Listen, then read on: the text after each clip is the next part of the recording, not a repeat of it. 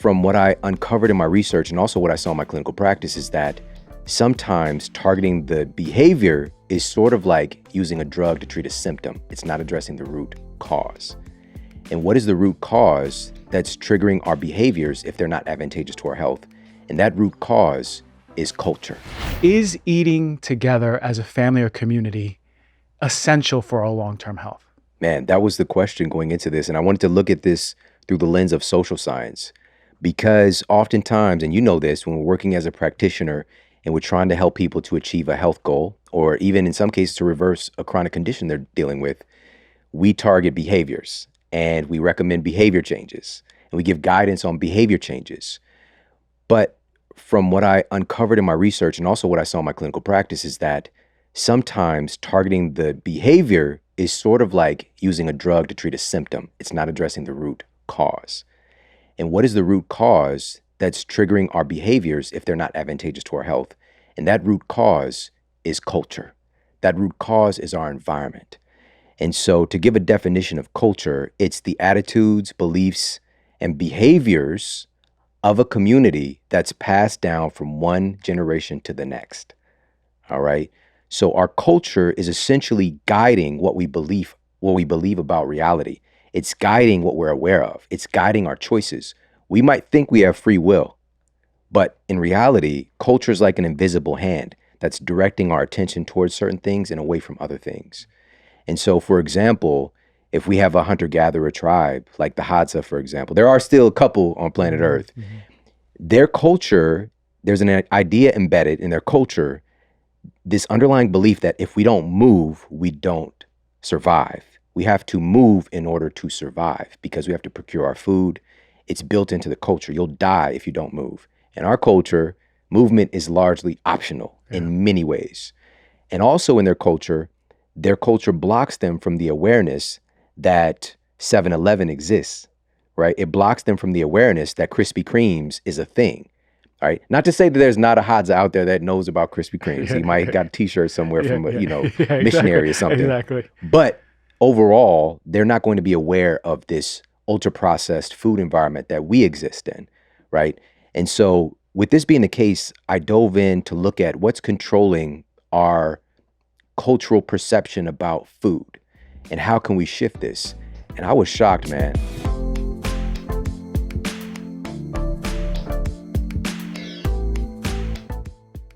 $70 million Americans have chronic sleep issues, and 50% of Americans deal with sleep deprivation. You might have been one of those people, and you know how it feels.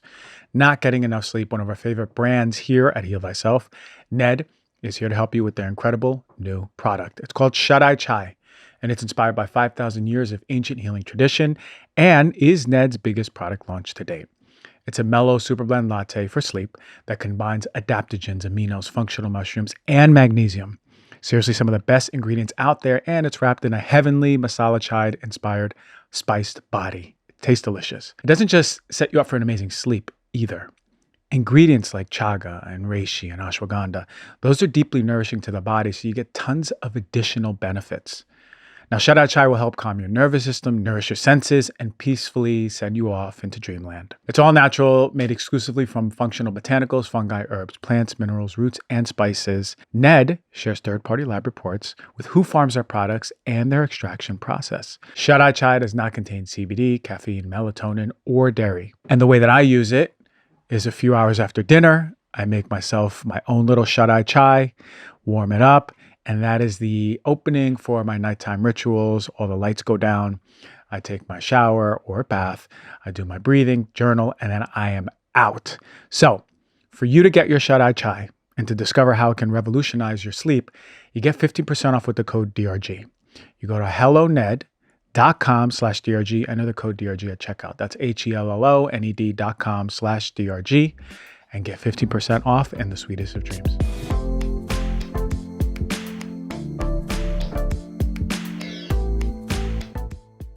You all know how much I love magnesium. And Magnesium Breakthrough by Biooptimizers has been a life changer. It is my go-to for sleep. I take 3 capsules before bed and I'm out. It's especially good during the day for mood and relaxation. For those of you who've never tried it, here's your chance. Listen up. This month, you get a free bottle of the best-selling Spectrum supplement that contains all 7 forms of magnesium that your body craves in the right balance. BioOptimizers, the makers of Magnesium Breakthrough, they're offering a 14-day sleep challenge. And for you, the Heal Thyself listener, they're offering a free 14-day supply. All you got to do is pay the nominal shipping fee. Really, that's it. No other strings attached. The challenge is simple. You try Magnesium Breakthrough for 14 days and see all the positive changes that I just mentioned. If your sleep and energy are not absolutely at its best, after 14 days, you got nothing to lose. But if they are, put your life back on track. You see, about 70% of us are deficient in magnesium. We're not getting enough of it in our diet, and we're suffering from it, right? Our muscles are suffering, our brain, our hormones, our nervous system, our sleep, our energy. So to get your free bottle, go to magbreakthrough.com/DRG free and enter the coupon code DRG10. That's it. If BioOptimizers was not so confident that this is going to help you, they wouldn't let me be doing this. The magnesium by BioOptimizers on the short list of supplements that I use every single day. Again, to get your free 14-day supply right now and start the challenge, go to magbreakthrough.com/DRG free and use the coupon code DRG10. Don't miss the opportunity. It's a limited time offer for this month only.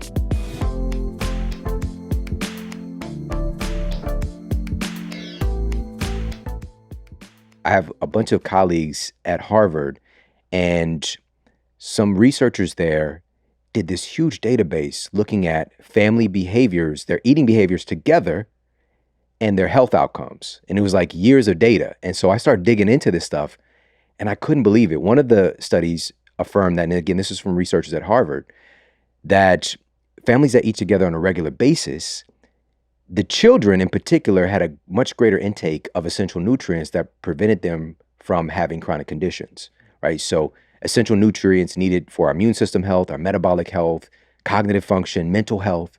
They're getting more of those things on a regular basis and far less intake of ultra-processed foods, chips, sodas, things like that.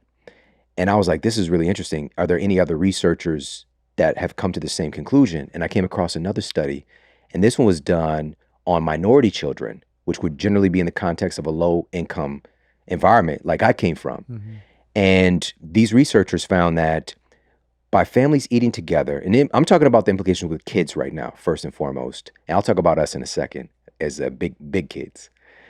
But for children, what they found was that kids that ate together with their families 4 times a week had significantly higher, again, intake of, on average, it was 5 servings of fruits and vegetables every day, or at least 5 days a week, mm-hmm. All right? Just by eating together with their family 4 times a week, and significantly less intake of chips and soda and other processed foods. And the research on this one, they noted that especially when the TV is never or rarely on during meal times, mm-hmm. All right? I thought that was interesting. And I'll share one more. I got a bunch of them. Yeah. But another one, this is actually 2 studies I'll put together. It was published in the Journal Pediatrics and the Journal of the American Medical Association, JAMA. And this is we'll just say this is going to be the big takeaway from today, our big action step for all of us. These researchers found that eating together with our family, or friends count too, 3 times a week had this crazy, powerful impact on children's health outcomes. They found that eating together 3 times a week dramatically reduced the incidence of obesity in children and reduced the incidence of eating disorders and other chronic diseases. So there was something remarkable about eating together that was preventing chronic disease onset. And obviously the question is going to be why? Yeah. Like, what's going on here? Why is this so protective?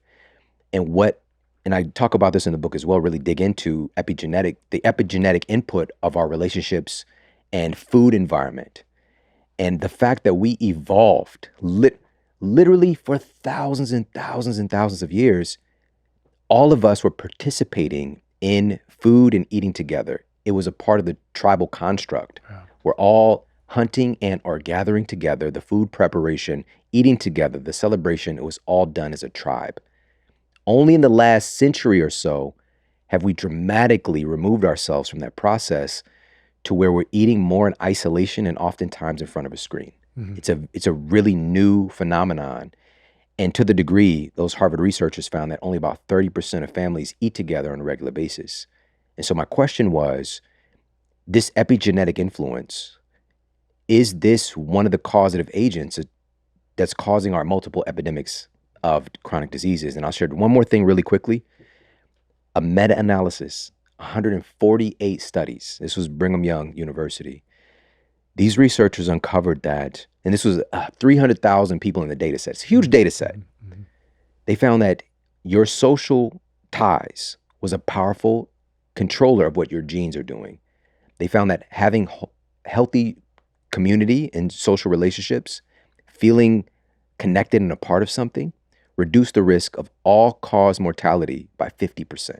Okay, reduce the risk of death from everything by 50% when we have healthy relationships. It's that important. And learning about how it reduces our risk of heart disease, high blood pressure, more important than cessation of cigarettes even, alcoholism, obesity.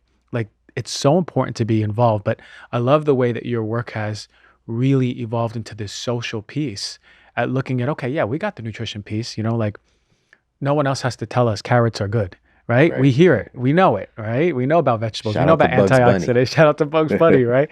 But this evolution is so important to talk about because of the epigenetic standpoint. And I guess this begs the next question. What is then your belief of what happens? What happens to our genes? Do we feel safer? Does our cortisol go down? Do we properly digest our food because our cortisol is down and we're getting more nutrients?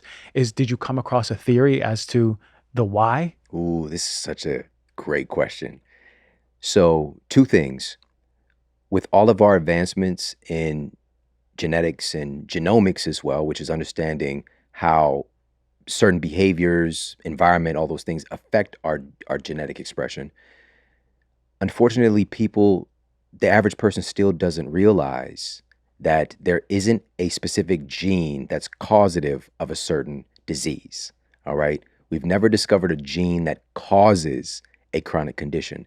There are genes correlated with those things, but there are many people who might have the ApoE gene, for example, that's directed towards Alzheimer's, who never have an onset of the condition, right? And same thing with the FTO gene associated with obesity. Like, people can carry this gene and be lean their entire life. There's something that is reading the genes and determining how they're getting expressed. And there's really thousands of different potentials with a lot of genes on how they're going to be expressed in combination with all of our other genes. Not to mention our microbial genes, Yeah. which is where we're really at today, which if we go gene for gene and understand, we have somewhere in the ballpark of 30 trillion cells. And this estimate changes on microbes a lot, but bacteria is somewhere in the ballpark of like 40 trillion. It outnumbers us significantly. But all of those bacteria have their own genes. And if we're going gene for gene, 99% of our genes at least are microbial. And now we're starting to understand how the interplay of our microbial genes is influencing our genes as well, and back and forth. And so, with all of this being said, what are the things that is really driving this outcome that we're seeing with protection against chronic illnesses and just healthier outcomes when it comes to, like, what are the epigenetic inputs? And so, to answer your question, I'm going to say this from two places. So why does this work so well, eating together with family to make better choices, feel better, all those things? Just from a logical, kind of superficial aspect, when we know, like, we're just going to use that 3 days a week minimum, right?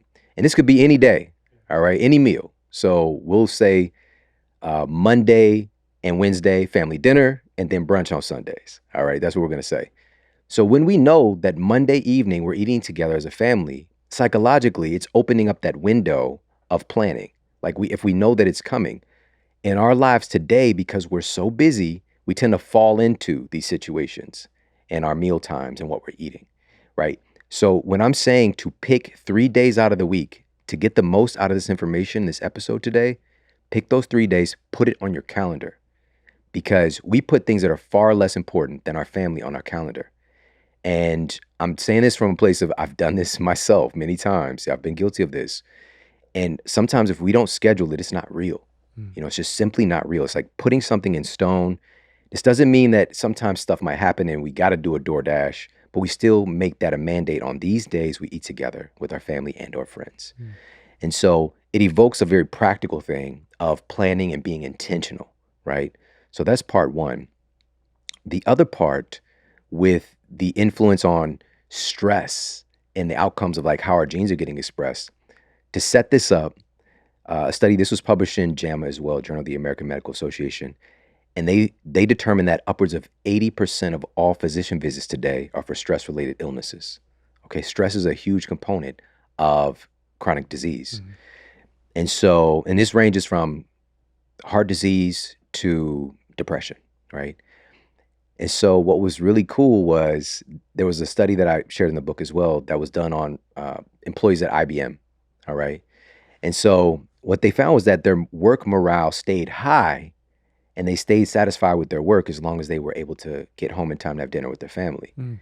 As soon as their work started cutting into that time, that family time, and that quote, make it home from dinner for dinner phenomenon, then their work morale went down precipitously and they became more and more stressed and unhappy at their job, which is adding even more stress, Yeah. right? So there is this remarkable stress buffer by eating together with friends and family. It's just like innate because, again, we're very social creatures. Even the most introverted of us, still our genes expect us to connect. And also we know today, for example, that we sync up when we're in proximity with another person. This is out of Princeton, did some great work on this, actually looking at the brain. And they took, strangers and just allowed them to create some general rapport. We'll just say like 10 minutes. And they see their brain waves start to sync up and mirror each other, right? That's the term used, is it's a mirroring. And so it's just like, why do we do that? And it's invisible for us, and that's the thing about us is, ironically, again, we have that technology to see this, but we can be completely ignorant that that's happening all the time. Yeah. We could see birds flying in the sky and flying V, and we could see all this intelligence in nature. It's just like, that's interesting. Like, how do they know how to do that? Yeah. Right? There's this interesting, invisible energy that's holding all of this stuff together, right? And again, I'm talking from a very like tangible level, even when I'm talking about energy. Yeah. And so also the energy fields. We might have talked about this before. I've been supporting Heart Math Institute for Right. many I was just thinking years. about that. Yeah. And, they have the ability now, and there's a ton of different devices, but one of them is able to see the electromagnetic field that is basically emanating from the human heart space. And if somebody is like still on the fence of like, that sounds really spooky or weird, like, I don't know, what do you think happened? Like an EKG, or, when you see a movie and you see that heart monitor, boop, what is that? What is that measuring? It's measuring energy. It's the electrical energy coming off of the human heart. Mm-hmm. And you don't need to stick anything in the heart to get that. It's emanating from that organ. And so anyways, this tube torus extends about upwards of 8 feet from our bodies. Mm-hmm. And so these fields that we all have are interacting with each other whenever we're in the space of other people. We are, our energies are entangling, right? And so being aware of that all of this stuff is really built into how we're designed. There are different references, historical references about people coming together and a new energy is created, right? A new entity gets created when we get together with other people. It's really, really powerful. But the question is, are we doing it?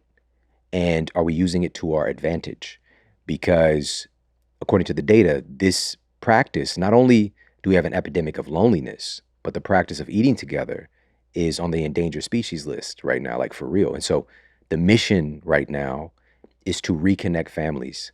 That's what I'm all about. And it's just like, I really feel like my life was qualifying me for this time, especially even the last few years, and seeing even more fracturing of families. But this has been going on for decades. We've slowly been devolving and removing ourselves from each other. And look at the health outcomes. Look at the results of it. We're less happy, far less happy than we've ever been, less fulfilled, far less healthy. If you want to even get into that domain, I could throw all the statistics in the world at how bad this situation is. And we're so much more than this. We're so much better than we're projecting ourselves. And a big part of this, again, is being intentional about connecting, especially utilizing the dinner table as a unifier. And it's so accessible because it's right there in the other room, right? The advent of the TV, and then the cell phones, especially now, right? And I just know it's not even as normal to sit around with your family anymore. I remember as I got older, I was just doing my own thing and I was watching WWF wrestling instead, of sitting with the family. It Who was was your just favorite wrestler? probably, I would say, Goldberg. Do you remember Of Goldberg? course, Remember him? he did the tackle He was move. tackle. Yeah, He he had was. the But Stone sparkles Cold as well. he was badass. Yeah. He just walked out and just stunned everyone, drank beer, and left. Yeah, he was really something. But did you watch the movie Oppenheimer? I have not seen it. No. Okay, when they do the Manhattan Project, they are in New Mexico, and they had Robert Oppenheimer lead it, and he said, "Okay, I need a team of scientists who are the best in the world." And they started poaching him from institutions, going, "I need you here. This is the most important project you'll ever do." And they like built him a little center to do all of the work with his team. And he says, "No, we need more. We need all of the homes because we need to move all the families here." He goes, "Because Mm, they're going to be better workers if their families are here." So when you interesting. said that, Yeah, I thought about it because absolutely. there was scenes with the family eating Yeah. together, Mm. and it makes so much sense. They're refreshed, they're connected, they feel the love from the family, and then they go hard to work on creating an atomic bomb for that one. But the, it's a the irony, irony. right? The irony, but it's such a beautiful concept, and I say concept because we don't even do it anymore. What is the biggest thing that is blocking us from sitting with our family and just eating on a Monday, Wednesday, and Sunday afternoon? You already just mentioned a couple of these, I'm being 1,000 with you here. I can count on my two hands how many times I sat down for a meal with my family, with my nuclear family, mother, stepfather, brother, Mm, sister. mm. And those were holidays, probably Right, nine of these 10 that I right. can count on my hands. And a lot of times my brother and sister and I ate together. And a lot of those times we ate at the same time, but we would disperse. Like we'd grab our food and it would be in front of a screen somewhere, Yeah. or, again, we might be watching wrestling, we might be, playing a video game, whatever the case might be. We just simply didn't have that as a part of our culture. And because of this data, and again, that study I shared looking at low income, because that's where I'm from. Yeah. I grew up in poverty here in the United States, which when I say that, it comes with, like, in my mind, immediate asterisk comes up, because poverty in the United States is very different from other places in the world. Mhm. If you're in poverty here, you still probably have a television, you probably have some form of vehicle. My mom did have cars. And then this is real talk. She got multiple cars from a place called OK Junk Cars. All Okay. right. Right. They were okay, Okay. And so being able to, we were on food stamps, WIC, getting food from charities. Mhm. There's a place called the Hosea House that we would regularly get food from. Even Christmas gifts, several years, we would get from charities. And so, sometimes, of course, like, if you have exposure to other environments, like I did with my grandmother before she had moved out of the state, a very rich experience, a very safe environment, certainty, all those things, and then moving to the inner city, there is this open window of, like, man, I did feel like we were very, very poor and lacking. Mhm. But then there was also such richness. There was this, I wish people could feel this and understand what I'm saying, but I don't want you to have to live through it, though, because a lot of people don't make it out of it. But it was such a rich experience of, for example, being in that environment where real, again, there have been times just playing outside, you got to get down Mm. because, drive by, or, the basketball court that we go hoop at, there's several shootings there a year. It's still low probability, but it's a possibility. And to have that in the back of your mind, it's like a war zone. There's this inherent caution. And so all of these things speak to, like, I don't probably want to go there. I didn't have a choice. And what people don't realize is that because of being in that environment, I developed, and many of the people in my community, such a high level of creativity and being able to make something out of nothing, being able to figure out situations and problem solve. Like, there was I was so rich in experiences. And there were times when we felt very wealthy because we were able to. I remember one time my stepfather, all we had was like some deer sausage that my grandfather had, hunted and sent us in the freezer, which I wasn't trying to eat Bambi in my head, Yeah. and we had some government cheese, this is cheese block. Yeah. There was some pasta sauce in the cabinet, and we had some Texas toast, which was what we was getting on the, I think, on the WIC program at the time. And he made pizza out of it. He turned it into pizza. And it wasn't like Domino's. It didn't taste like that, but just the experience was so rich, and I was so joyful because I love pizza. Yeah. Being a kid, it's just like, Yeah. Who and to doesn't? see when we had nothing, seemingly, but he made something out of nothing. And the crazy part was he was an executive chef. He was a head chef at Morton's of Chicago, Mhm. but he couldn't afford to eat there. Mhm. And being able to put food on our table, but he also had his issues, right? Gambling issues. Mhm. The only time that I had with my stepfather, outside of like occasional playing a sport or video game, was him taking me to the racetrack. All right. I'm not talking about to sprint. I'm talking about horses. Right. Right. That was That's my what I'm. only time with him. And he drank and drove. Not like drink and then drive. He was drinking while driving. Yeah. You know what I'm Okay. saying? So Okay. Literally. alcoholism ran deep, and eventually it led to some brain damage. And he was in assisted living for almost the last 15 years until he passed away recently. This was also during the crack epidemic. Yep. And so, my family's really hit hard by that. And I'm saying all this to say that despite those circumstances, being able to shift my perception and to see the good that I can find and to really hang on to that in dark times, but also to understand that, yes, I'm a product of my environment, but I'm also a creator of my environment. And I can proactively create a microculture in my household that starts with me, of course, but create a microculture in my household that becomes essentially a force field that protects my family. And so when I made this transformation in my own health, I was living in Ferguson, Missouri. I was attending university that's just 15, 20 minutes away at the University of Missouri, St. Louis, which was a completely different reality. Being on that campus, so pristine, and like students from all over the world.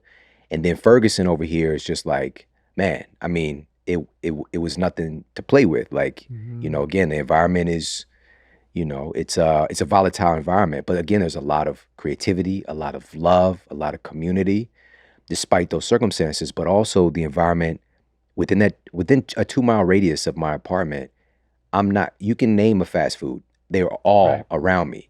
And with zoning and all these different laws that enable that shouldn't even be possible. All we knew was ultra processed foods, which today, according to the BMJ, the average American adult their diet is 60% ultra processed foods, Mm. right? So these are foods so far removed from their original state, riddled with, additives, preservatives, obviously like these forever chemicals are Yeah. becoming a big part of conversation today. And not to mention, these abhorrent amounts of sugar and ultra processed oils and things like that. But what I'm sharing for the first time in book form, people are going to learn about this in the Eat Smarter Family Cookbook. And I'm grateful that I get to bring this to the public. A recent study was done looking at the ultra processed food consumption of children in the United States. All right, so adults is 60%. These research, this was published in JAMA, Journal of the American Medical Association, tracked 20 years, essentially, it's from 1999 to 2018, of ultra processed food consumption by children. And it went from a terrible already 61% in 1999 to in 2018, it was near 70% of our children's diet in the United States is ultra processed food. Foods that are clinically proven, but just logically detrimental to our health, and dramatically increasing the risk of diabetes in our children, obesity, mental health issues. The list goes on. And it's the majority of our diet. Mm. It's a food environment that I grew up in. And I also, this is the cool part, this is where we get to the powerful stuff here, is that I also transformed my health in those conditions. And so this is what I have done for my family, for my children. And I get to see, and the world gets to see this. Like, that's what this project is about. Yeah. Because I didn't get an example. If I would have had an example, I think it would have helped me to jettison some of the baggage I was carrying, because I Right. could see an example. But if you don't see an example, be the example. And that's really the mantra that I took on. And that's even why I created the Model Health Show, and just I named it that. But also, and this is the point I want to make is, here's what's so cool, because I spent years, and I know you've done this too, and we still do, but we're teaching and helping to empower people while battling with larger entities that control our culture, that influence our culture, right? So getting people to not go to the drive-through, for example. Yes, we can do that, but the most powerful way to invoke change for people is, number one, to be the change yourself, to actually be a representation of the advice you're giving, because that speaks volumes. Yeah.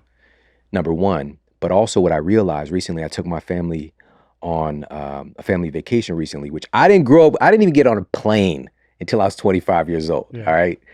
I didn't grow up having no family vacations and nothing like that, but I took my family on a vacation and we went to Maui. I'd never been to Hawaii before. Of course, I always wanted to go, and all these mystical, magical things I would hear about. The mana is real, by the way, Out there in Hawaii. And so what I realized was that even in that culture, we're now immersed in a different culture, different food, different way of dressing, different beliefs. But what I found was that everywhere that we go, we take our culture with us. We take our culture with us, and our culture is influencing the world around us in other cultures. And so what I mean by that is, I can't tell you how many times people were coming up to us and talking to our family. Might seem random, but we're used to it. Whether it's like them coming over and seeing us dancing, playing around, asking us what we do, like, asking how my oldest son is so, fit, or my youngest son is so this or that, or like, asking about my wife and I, how long we've been together, all this stuff. There's a magnetism, right? And I didn't get it before, but I realized, again, we're taking our culture with us, and people are going to be influenced or affected or infected in a positive way. And, this is the power that we hold, is, again, creating your own micro culture with yourself first, then within your household, and then expand that out to your community.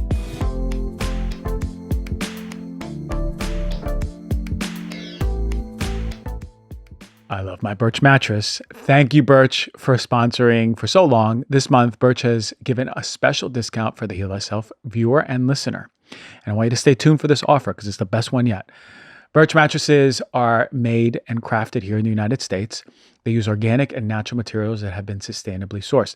Their materials are free of all the nasty stuff, especially polyurethane, which is the foams that you're going to find in a lot of these conventional mattresses that have so many off-gassing chemicals that you're exposed to. Also, it's free from fiberglass, which is harmful for your health. It was important for me to choose a mattress that is made with organic and natural materials. Well, when it comes to Birch, it's amazing.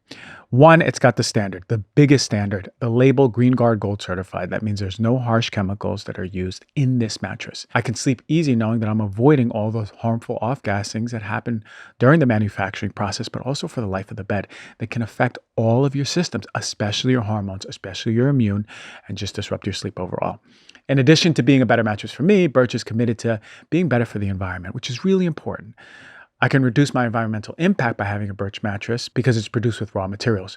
Birch works with ethical partners that adhere to strict social, environmental, and economic standards. Now, I have my Birch for about 2 years now. I love it. What I love most is how great I'm sleeping, how fast I fall asleep. The comfort level versus other mattresses is unmatched. It's amazing. When you get your Birch mattress, you get a 100-night sleep trial along with a 25-year warranty. Best part of it all is that Birch comes delivered right to your door, rolled up, free within the United States. It's super easy to set up for yourself. Now, I love my Birch mattress. I think you will too. This month, Birch is giving you, the Heal Thyself viewer and listener, 27% off of their Birch mattress, which is the highest sale they've ever had to date. And it's for Labor Day. So hurry, because it's going to expire this month. Visit birchliving.com/heal thyself to get 27% off of a Birch mattress plus 2 free Eco Rest pillows.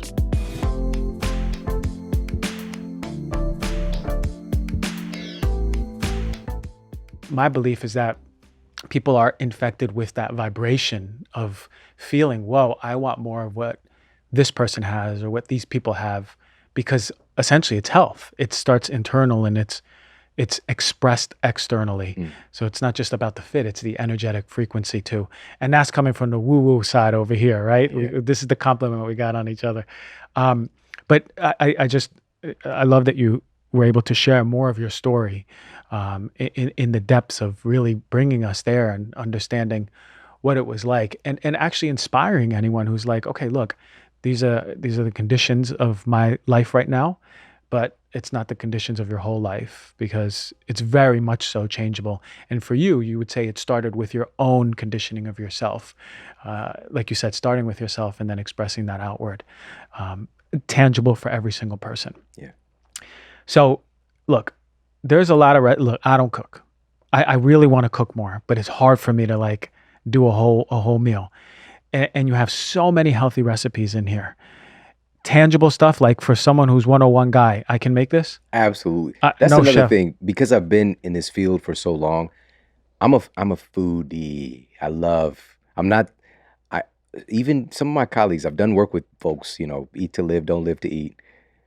But that's not for me, again, it's not really based on logic. It's idealistic Hmm. because even understanding the way that our tastes are designed, Yeah. right? We have these flavor receptors and this connection with our cognitive function, the different neurotransmitters, hormones, and the like that drive us to seek tasty things. This is why we eat food, is because we want things that taste good. Yeah. This is baked into our genes. This isn't something to shame. And food manufacturers, food scientists today, yes, absolutely have manipulated those Yeah. pathways and our desire to seek tasty things, and has created, again, multiple epidemics of health problems because of that. And, with that said, for example, um, not too long ago, well, it's been a nice chunk of time now, but it's a couple decades ago, there was an invention. It's called a gas chromatograph.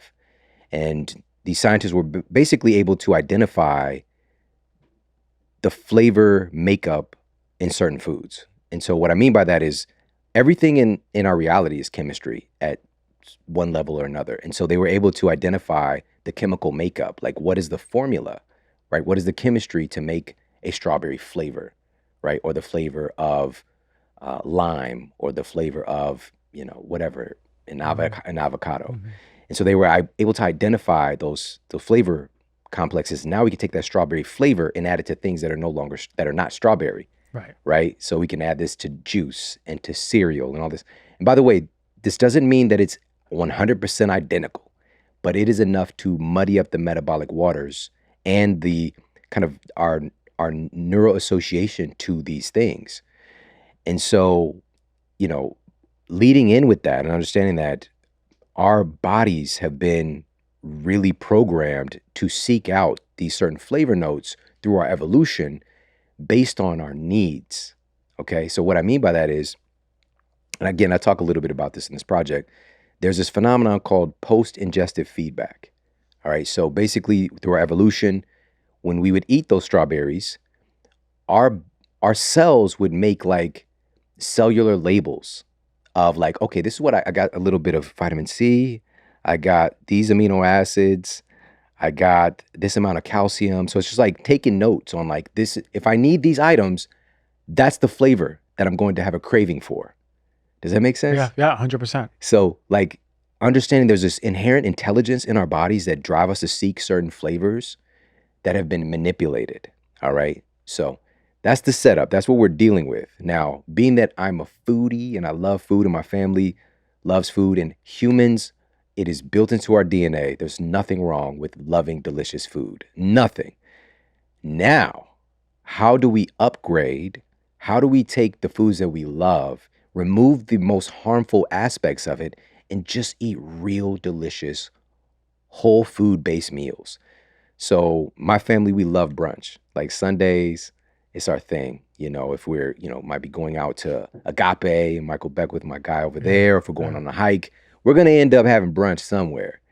And, knowing that, and like my youngest son, probably maybe his favorite food, or like up there in the top five foods, he loves pancakes. Those And pancakes. so I was trying to come up with a way to have the mouthfeel, flavor sensations, but upgrade this particular food.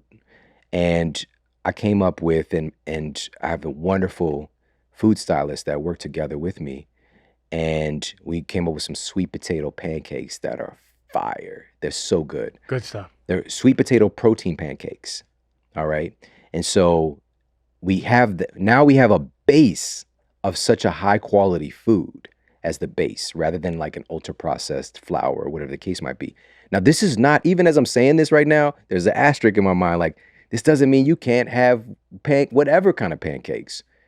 What I would encourage people to do is to shift the ratio so we could change over from consuming so many ultra processed foods to more real earth grown Yeah. nutrients and earth grown foods.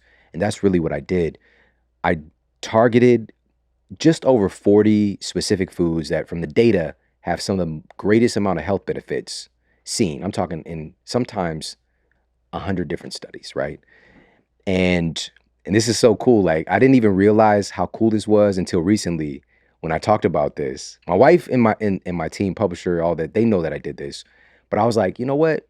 We have an emoji culture right now. Yeah. Like, emoji speaks so much, right? And so even when we're texting, like, it's gonna be a couple emojis in there, and it kind of broadcasts an added feeling to words that can even be taken out of context in a certain time. And knowing that, so what I did was identify these particular foods, and in this particular section of the book, if it's, we'll just say acai, for example, and I'll share a peer-reviewed study that you're going to learn in a fun way about its benefit for cardiovascular system. But next to the name, you're going to see a heart emoji because it's good for your heart. If it was beneficial for your sleep quality, there's a sleep emoji. There's a brain emoji for cognitive function. Easy. There's the prayer hands if it's for, your mental health, right? And again, I'm not just saying it. I have all the science to back it up. And now let me show you how to use that food in this delicious ass recipe here, right? So we make a power protein acai bowl, right? Or whatever the case might be. So that was really the mission, and taking foods that I know families love and upgrading the ingredients. And they're simple recipes. So it's not like, because I've been in this field, I've done it. I've got tons of friends with recipe books. I don't want 27 recipes and I got to turn to page 17 and find out how to make the bun. Like, no, like, we're not doing that. Yeah. We're going to make this accessible. We're going to make this delicious. And we're going to use high quality ingredients that are based on science so that we can enjoy our food and enjoy the process of getting well. And there's something to be said to when you could do it so quick, right? Or at least it's not going to take 2 hours, 3 hours to make. I could make protein pancakes. You want to know why? Because I know how to make sweet potatoes. That's one thing I'm pretty good at.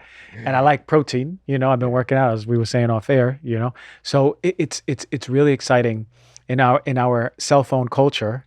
I'm really excited to even see those little pop-ups coming up. But for me, when a cookbook is able to just simply break down why this is good for me, how do I make it, and how long is it going to take me, that's more than enough for someone like me. Maybe some people love cooking for hours, but someone like me to be inspired. And I know a lot of people are like me. They want to just get it done, especially because we're busy with so much stuff. But when it comes to the family aspect, eating together aspect, was there anything else in the research that really popped up for you? Was there anything else that we should be understanding? Because we have a cookbook here, and for those with a family, we want to make sure we're implementing your foods or some of these recipes, putting it together with the family. Is there a certain time? Is there a certain atmosphere does there need to be prayer or a meditation before?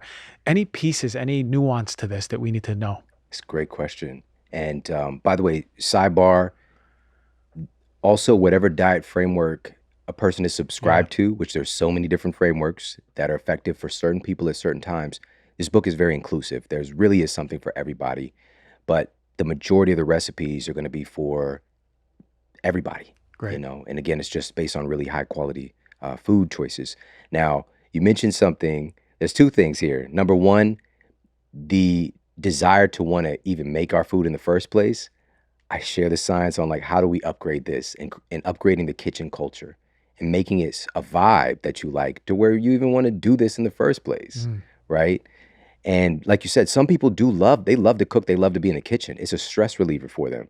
For me, not so much, Right. because I have this perfectionist tendency and I want everything to be a certain way, and just like it's more stressful for Yeah. me. Like I love the end product. I love everybody having a good time and loving the food. But everybody in my family can cook as well. Even my youngest son, he's 11 now, but he's been cooking for years. Wow. Yeah. And so, another one of the things I was surprised, but I shouldn't have been, is how few young people, like the most recent generations, that don't know how to cook for themselves. And it's like a valuable life skill. So the tendency is, of course, they're going to eat more ultra processed foods Yeah. because they don't have a skill set. And so as far as the culture around the table, like how can we up level that and make this more of a joyous thing? Because if you're going from being on a screen and eating your food, like that's addictive. And so part of the problem with a lot of uh, habit change is taking away something that you enjoy or that your brain is even addicted to and replacing it with something of lesser value, Yeah. right? And so now we need to come in with something of equal or greater value for your brain so you can enjoy it. So I actually share a ton of different strategies on your culture at the dinner table itself. So you just mentioned, for example, why has prayer been a part of family meals for so long? What about a gratitude practice? And it's just like looking at this through the lens of science. It's just taking a moment, helping that parasympathetic nervous system to switch on. That rest and digest is its AKA rest and digest nervous system, and shutting off that sympathetic fight or flight. It's just like taking a moment to breathe, to be still, to be present, and it's going to help with digestion, right? And a practice that my family we've been doing for years. It's a gratitude practice. We all go around a table and we share 3 things that we're grateful for from that day, right? That's what we do every time we sit down for a meal. Not every time, but like 95% of the time. And, it's been one of those things where, again, it gets everybody out of their shell. If they're like busy, they're doing all this stuff. It gets you reflective on the good things from the day, even if it was a tough day. You got to mind sometimes to find, like, I'm just grateful to be sitting here with my family. Like there might be that. Or, might be won a basketball game or did well on a test. It might be, good stuff like that. A new book has come out, but, it's oftentimes the small things. And so, like I mentioned earlier, the dinner table is really a unifier. Now, okay, now this is the reality portion here too, because not everybody is going to be.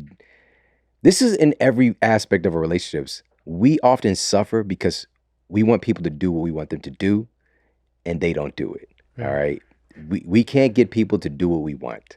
Every relationship. Yeah, it's just like if you would just act right, just like don't mess up my vibe. Just Yeah. don't kill my vibe. Yeah, It's just like it's really a thing, And so part of that, of course, is doing your own inner work so you're not attached to that and having that expectation for people to behave the way you want them to behave. But I'm saying all this to say that, again, if you're trying to change your family culture and trying to get everybody on board, it might not be that easy, all right? But you have to practice. These are going to develop qualities in you of patience, of creativity. But here's the most important and most powerful part of it is that you know your family better than anybody. Yeah.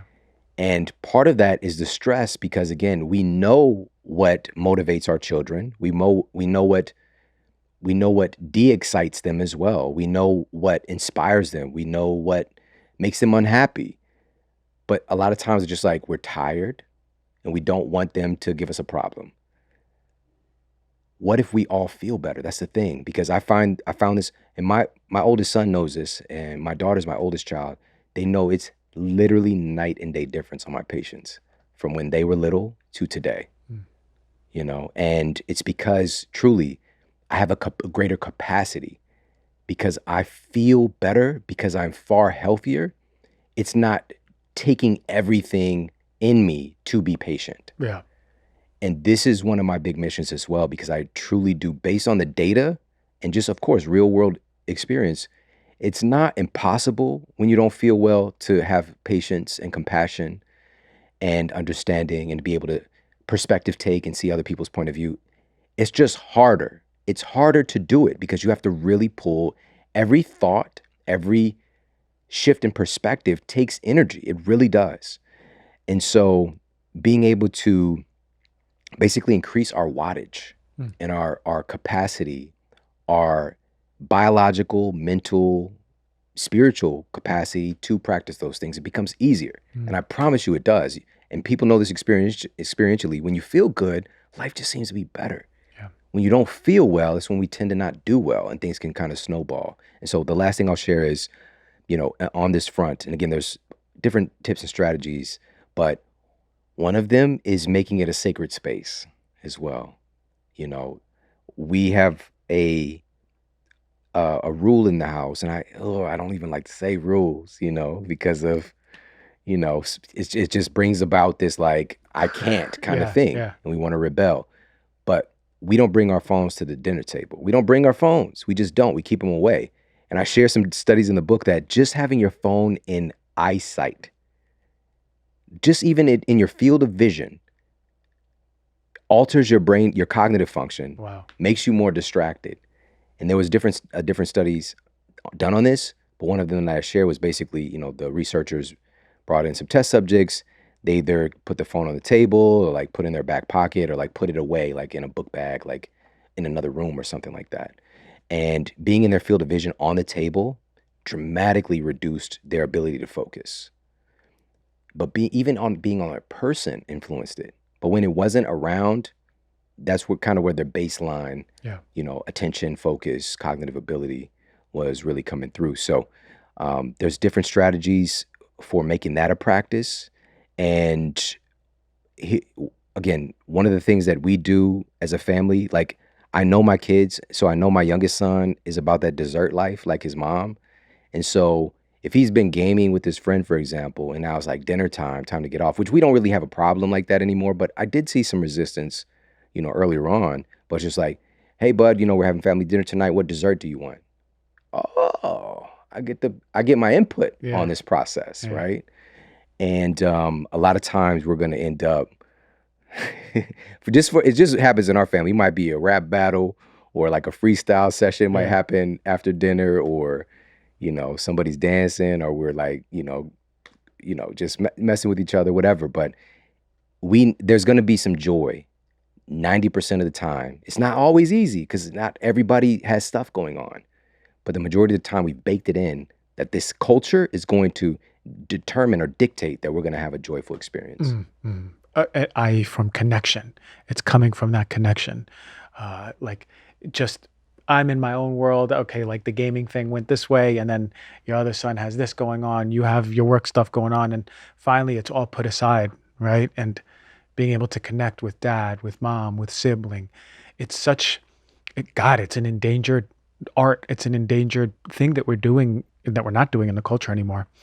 I love the idea of no phones because I even notice when I'm out with people, like they'll look at their phone and they, just out of habit, sometimes even reach for it and Yeah. like then put it down. Like, why did I just reach for my It's phone? called a just check. Is that what it? Yeah, That's what it is. just check that it's still there and just check that it still works, right?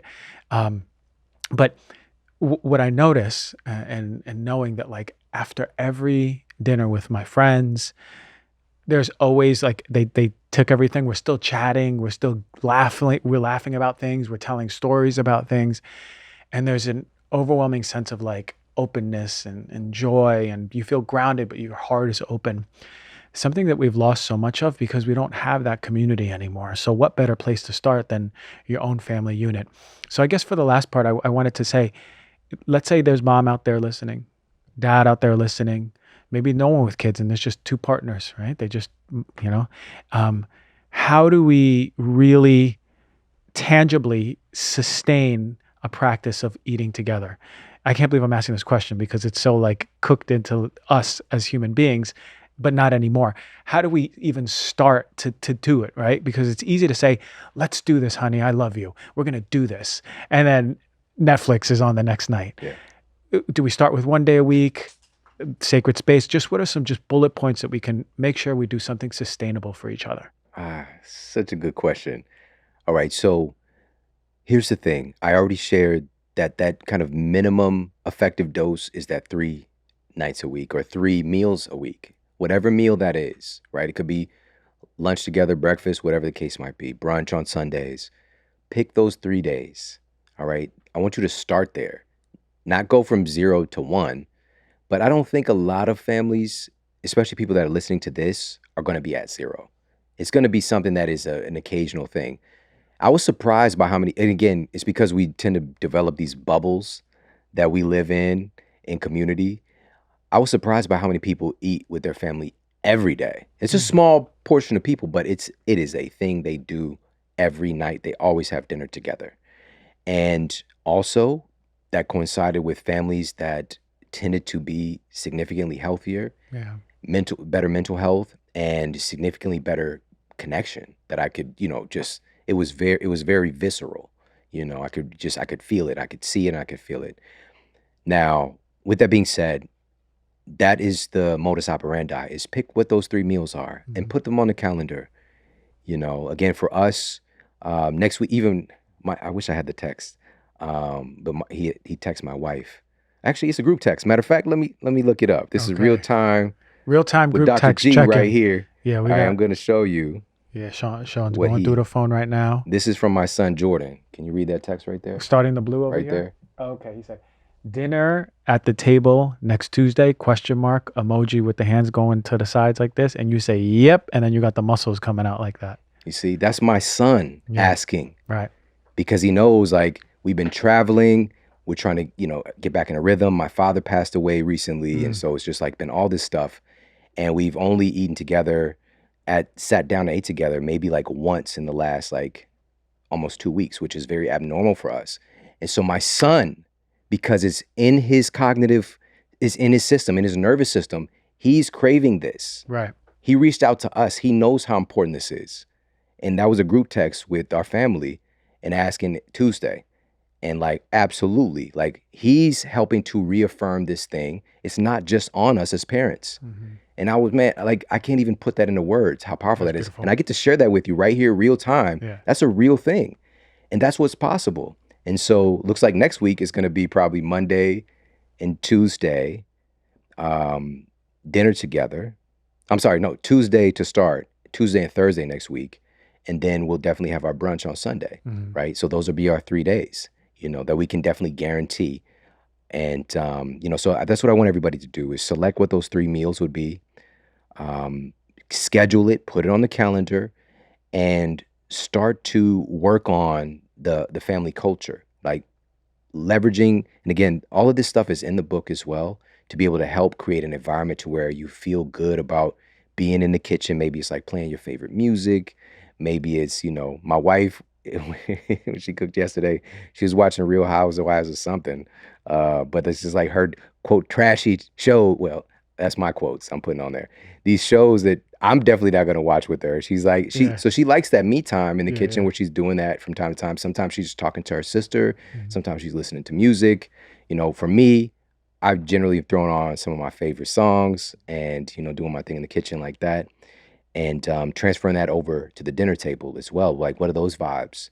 Because like my oldest son likes to play music. We have like that background music going. And he's a good DJ too, like he knows the vibe. He's He's the a vibe curator. creator. Okay. You Yeah. know what I mean? Yeah. And so it's just like finding those things that are unique to your family, because you know what they are already. We might ignore them because it's normalized, but like, what are the things that motivate and connect your family, and start to bake those into the strategy of eating together. Easy. We just got to start with the 3 days. So if you have a family, you don't have a family, you're in a partnership, just pick those 3 days. If you're single, try to pick some friends to go out with.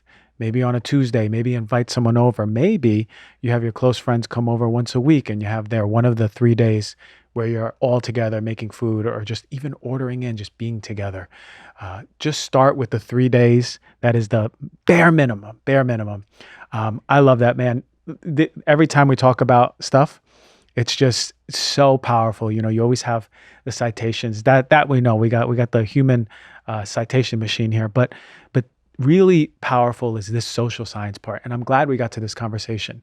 We learned so much about food from you, but the social science is to never be understated.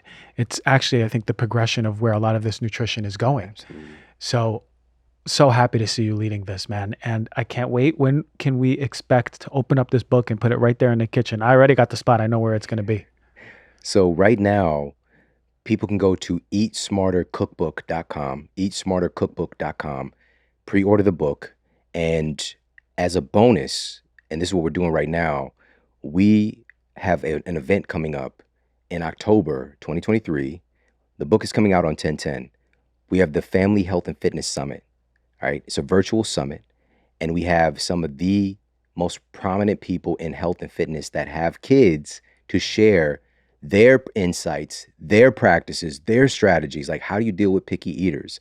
How do you save money on groceries? Yeah. So I'm talking about people like Layla Ali, undefeated boxing champion, and she's also won the cooking show Chopped twice. She's a great I cook. didn't even know she was on Chopped. I know, right? And she won it. Man, she might be the busiest person I've ever met, but she made it a mandate somehow. And again, you get to learn from her.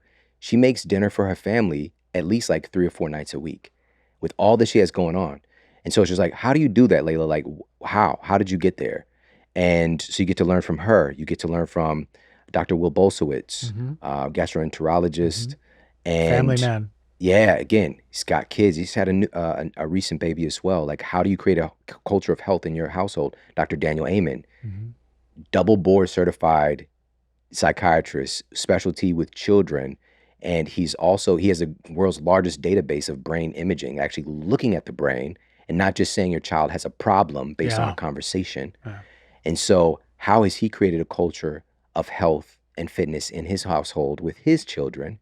And even being a bonus dad, when he married his wife, Tana, she's a nutritionist and nurse practitioner, all this stuff as well. It's just like, so you get to learn from all these people and many more, and you get to get access to this for free. All right. So the tickets for the Family Health and Fitness Summit are $297. So you get free access With the virtually book. with the book. With the pre-sale. Oh, okay. When you order Fantastic. the book, you get it for free. So you get free access. You can attend from anywhere in the world. It's a virtual event. And also we're doing a 25K health and fitness giveaway too. So, as you know, man, like, we've got all these incredible companies that we have these alliances with, right? Companies that we believe in. Yep. I got an air doctor at my studio because of you, for example, right? I know. And so these companies are so passionate about this movement that we're creating. They're contributing all of these gifts. Fantastic. So people can, one of the gifts, well, it's going to be several people win this one, but like $500 in groceries from Thrive Market. It's like sort of like a Whole Foods that's like a home delivery. Yeah. We've got $500 in fitness equipment from On It. Like you mentioned, the steel clubs and maces that we train with at my house. Several people are going to win that as well. So you automatically get entered into that. So many other gifts. I love so that. we're really working to create a movement and not just be based around this incredible book, which is going to be a resource that's there in your kitchen and there for people, a great gift to share with the people you love as well for many years to come. But also around this, being able to connect and to learn with many other people who are excelling in this space, who have families, who figure some things out so we can all work together. I love that. If you have a family, get the book, get the free ticket, go to the summit, learn from the experts, how people are making it work. I'll see you in a few years. I'll be at one of them for you. I just got to wait a little bit, But I love that you're creating the movement around this, man. Thank you so much for the work that you do in the world. The book we're going to keep an eye out for, and the summit and all of the knowledge. I can't wait to hear you talk more about this social stuff. And thank you, man, for being you. I appreciate it. Man, it's my pleasure, man. Always love hanging out with you.